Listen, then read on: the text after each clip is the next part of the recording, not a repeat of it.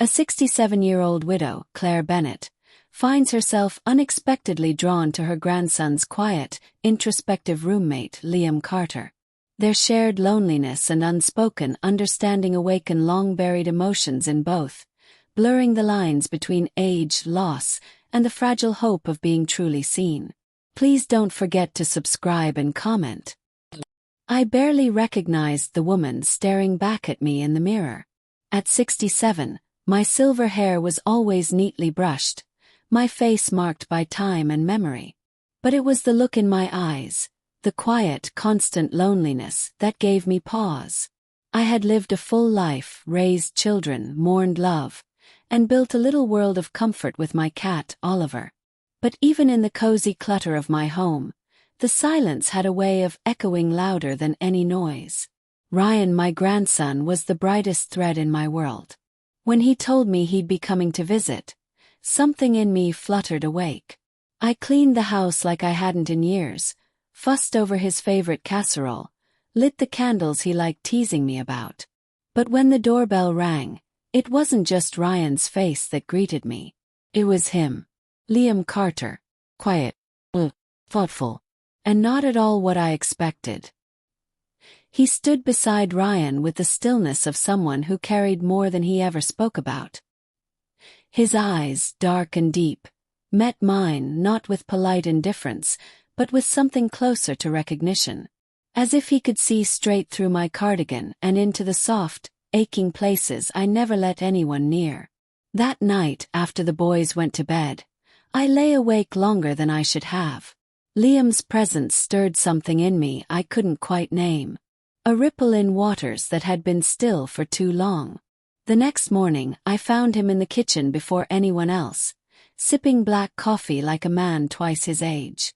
Our eyes met, and though no words passed between us, the silence felt shared. It wasn't awkward. It wasn't empty. It was full of something unsaid but understood.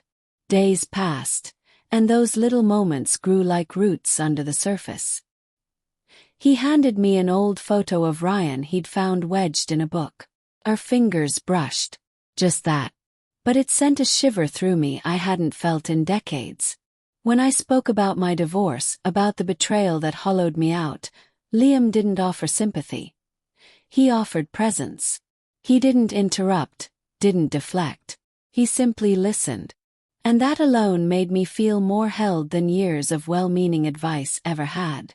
One evening, the rain fell in steady streams and we watched an old black-and-white movie together, the kind that reminded me of dances and laughter I thought I'd forgotten. Our hands found each other in the dark. Tentative, searching. It wasn't sexual. Not yet. It was something deeper. A longing for connection.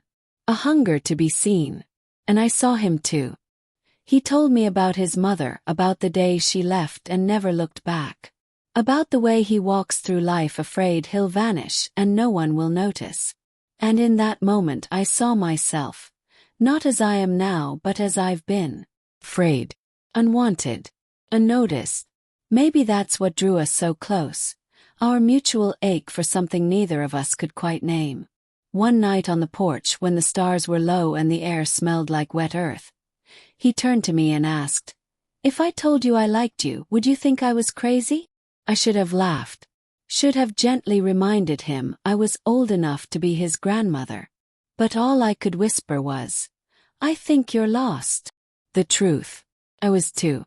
The night before Ryan and Liam were set to leave, I stood at the mirror again, this time in a burgundy nightgown I hadn't worn in years. I didn't dress for him. Not really. But I felt like myself in it. Like a woman again. When Liam saw me, he didn't look away. He didn't smile. His gaze held me there, still and honest. "Can you sit with me?" he asked softly. So I did. On the couch, our hands found each other again. The space between us was thick with everything we hadn't dared speak aloud. He leaned in, his breath warm against my cheek, and I closed my eyes. But I stopped him before anything more could happen.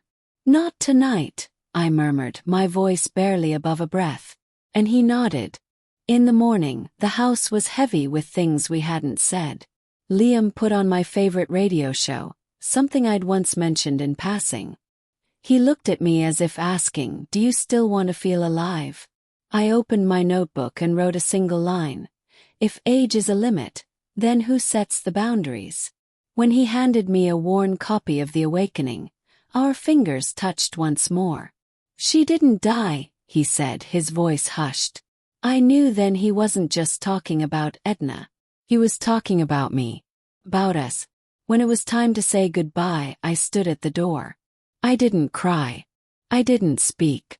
But as Liam turned and looked back at me, just once, I felt something tighten in my chest. It wasn't heartbreak.